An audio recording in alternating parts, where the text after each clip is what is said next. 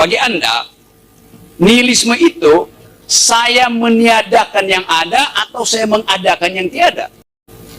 Ciuman pertama di bibir kedua itu yang paling membahagiakan. Karena saya belum buka pendaftaran untuk para aspri.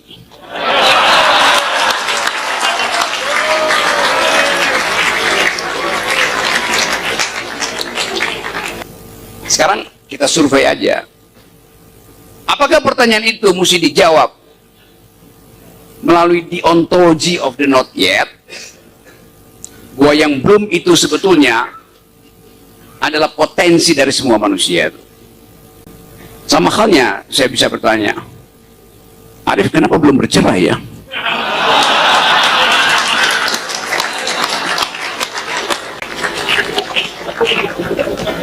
Mau saya begini nih, sifat dari pertanyaan itu sama tuh. Gak ada beban value di situ kan? Dilawan nggak? Tapi dilawan nggak untuk dikejar?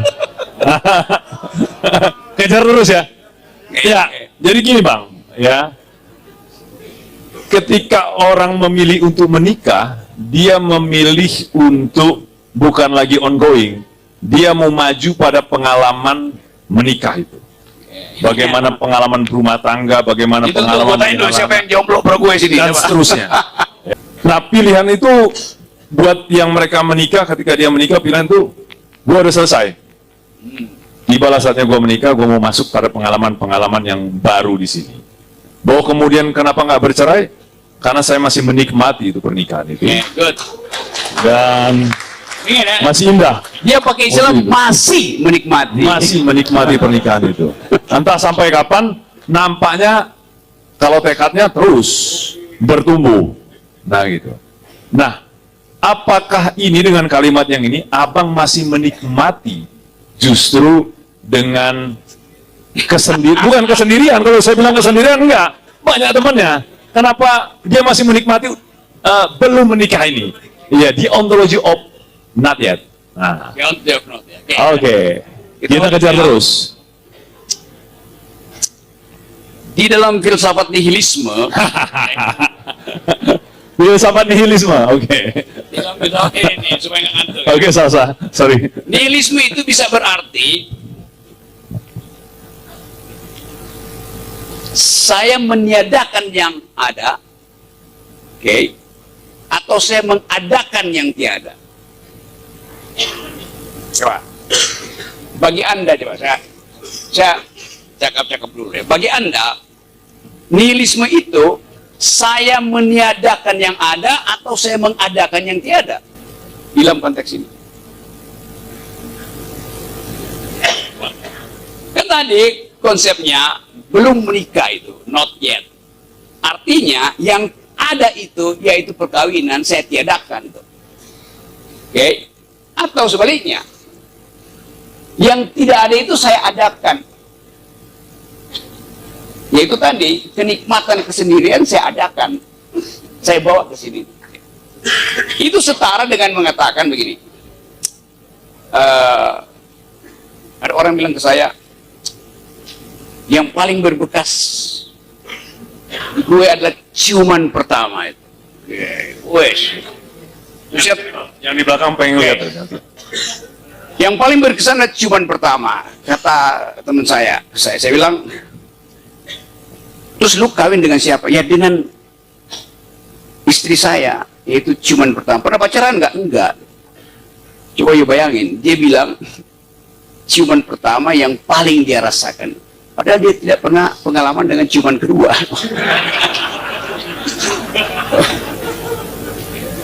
Anda hanya bisa katakan itu kalau Anda punya perbandingan dengan bibir kedua di ciuman pertama.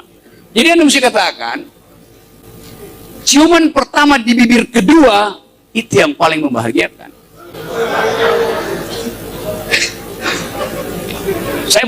Saya tetap berusaha untuk mengelak dari pertanyaan. Bisa. Gini Bang. Jadi sebetulnya itu, jadi kalau bilang belum artinya masih ada aktivitas kedua, ketiga, keempat. Yes. Ongoing. Ongoing. Tapi untuk Kalau bagian- bicara ongoing, maka tadi yang dibilang, saya selalu melihat memang Pak Rocky ini adalah Immanuel Kant-nya Indonesia. Immanuel Kant itu seorang filosof yang dia nggak pergi kemana-mana, tapi pikirannya kemana-mana. Dan dia sampai dengan akhir hayatnya ya dia nggak menikah, memilih untuk nggak menikah. Tapi dia nggak bahagia, enggak, dia bahagia. Dia merasa dalam kesendirian itu dia menikah malah. Dia bisa memahami tentang anak-anak, dia bisa memahami tentang perempuan. Nah, apakah pilihan nggak menikah itu juga karena seperti kayak ada garis yang sama dengan Immanuel Kant, Bang? Silakan, Pak. Immanuel Kant itu dia baru jadi filsuf sebetulnya ketika umur 60-an ke atas. Sebelumnya dia itu bajingan, benar-benar. Itu playboy di kota di Jerman itu. Anda baca sejarahnya itu dansa segala macam itu kiri kanan itu. Dan satu waktu dia mengalami kerusakan otak. Immanuel Kant. Jadi waktu otaknya dibongkar oleh seorang dokter Itali namanya Damasio, ditemukan bahwa justru karena otak kanan Immanuel Kant tidak bekerja, otak kirinya mengambil alih semua tugas otak kanan. Jadi otak kirinya itu bekerja sangat cepat. Nah, itu yang menunjukkan tadi bahwa kalau Anda mengalami kerusakan otak, jangan berkecil hati, karena sangat mungkin otak kirimu atau otak kanan sebaliknya akan mengambil alih. Jadi ada tugas alam semesta sebetulnya bahwa manusia dilengkapi dengan otak penuh. Banyak hal tadi yang tadi sebagai contoh itu orangnya tuh gila segala macam. Oh, tunggu, mungkin dalam 2-3 tahun lagi dia jadi Einstein, tuan. Jadi kita tidak bisa judge seseorang di dalam status dia yang stasioner pada saat itu. Karena itu kita selalu bikin proyeksi. The ontology of the not yet itu adalah dasar kehidupan kita. Itu Ya. intinya. Jadi benar ya, karena ini masih ongoing, sama seperti tadi dibilang itu. Kita suka melihat orang itu gila karena dia menari-nari di bawah hujan. Padahal kita nggak tahu, karena kita nggak mendengar musik yang didengarkan dia. Iya. Sehingga kemudian dia menari-nari. Kalau kemudian kita bilang bahwa Bang Rocky ini adalah bujang lapu dianggap, dia mungkin nggak tahu bahwa Bang Rocky ini belum saja untuk menikah. Ya.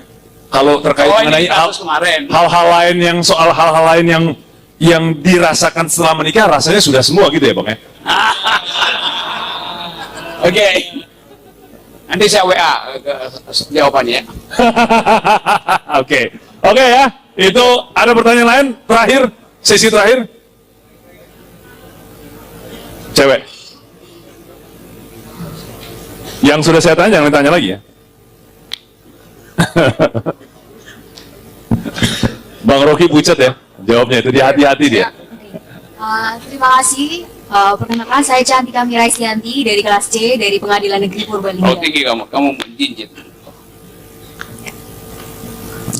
Ya, saya dari kelas C, nomor urut 9 dari Pengadilan Negeri Purbalingga. Kembali ke awal tadi bahwasannya Bung Rocky mengatakan menegakkan kebenaran karena sudah ada, maka butuh hakim untuk menegakkannya. Nah, seperti yang kita ketahui bahwasannya hakim itu juga manusia biasa ya, dan di sini kami semua adalah sedang proses pendidikan dan pelatihan untuk memantaskan diri menjadi seorang hakim. Nah, pertanyaan saya adalah apabila kita merujuk kepada pasal 5 Undang-Undang Kekuasaan Kehakiman, itu kan hakim wajib untuk menggali, mengikuti, memahami untuk hukum yang hidup di masyarakat, seperti itu. Nah, untuk menggali dan mengetahui hukum yang hidup di masyarakat itu kan dibutuhkan untuk penalaran yang kuat dan tajam. Nah, di sini pertanyaan saya adalah bagaimana bagaimana batasan atau kontrol diri nanti sebagai kami calon hakim itu ketika menjadi hakim dalam menerapkan judicial activism itu tadi gitu. Terima kasih. Oke. Kultur hukum itu akan mempengaruhi watak hakim untuk memutuskan. Dan itu juga adalah bagian dari upaya teman-teman di sini untuk memperbaiki kultur hukum. Jadi kita udah bicara tadi tentang ontologi, aksiologi, epistemologi, tapi satu poin, culture matters. Dan di dalam upaya untuk mendewasakan hukum, kita sama-sama dengan masyarakat sipil lain mengupayakan ada oposisi dalam politik, ada oposisi di dalam pembuatan kebijakan publik, supaya timbul etika publik. Etika publik hanya muncul kalau ada pertentangan pikiran. Nah, tanpa itu orang akan ragu, tanpa oposisi orang akan bilang, ya udah kalau begitu keputusan hakim itu adalah keputusan presiden, keputusan mahkamah konstitusi keputusan presiden. Kan orang nggak percaya lagi kan? Karena nggak ada yang bilang hakim itu jujur loh. Kenapa? Dari awal ada yang beroposisi pada dia tuh. Demikian juga para politisi itu. Dan itu yang selalu saya diundang terus oleh Mahkamah Agung, di depan pimpinan Mahkamah Agung juga saya bicara hal yang sama tuh. Di sini karena Arif teman naik gunung saya juga. Jadi sebetulnya yang kita maksud dengan pengetahuan dasar ontologi, aksiologi, dan epistemologi itu sekedar perangkat untuk memungkinkan kita menduga apakah keputusan kita itu masuk akal secara epistemik, apakah keputusan kita itu berguna secara aksiologi, apakah keputusan kita itu didasarkan pada prinsip-prinsip dalil-dalil hukum, kan cuma itu kan. Dan kembali lagi tadi bahwa begitu Anda putuskan, kuping Anda itu akan dibisik oleh macam soal. Nah, supaya Anda dalam pembisikan itu ada perbandingan, kelas ini adalah perbandingan dengan bisikan yang akan datang gitu. Jadi apa yang kita terangkan di sini, anggap aja sebagai pengimbang dari potensi bisikan yang akan Anda terima ketika Anda 2 menit sebelum mengetuk palu itu. Bisikan dari atasanmu, bisikan dari keluarga, bisikan dari lingkungan, itu dasarnya kan. Jadi kita sama-sama di dalam upaya menjadi manusia membutuhkan partner untuk menghasilkan mutu manusia baru. Jadi terima kasih teman-teman yang juga ada yang mungkin masih pasif, tapi keyakinan kita bahwa apa yang kita putuskan hari ini, apa yang kita pelajari hari ini, ada bagian dari upaya kita untuk menghidupkan tradisi berpikir kritis, termasuk dalam membuat keputusan pengadilan. Sekali lagi terima kasih. Satu waktu mungkin kita bertemu di tempat yang lain, dan status saya hari ini adalah narasumber. Dan kalau saya kritik terus-menerus, satu waktu mungkin saya bertemu dengan saudara sebagai narapidana. Terima kasih.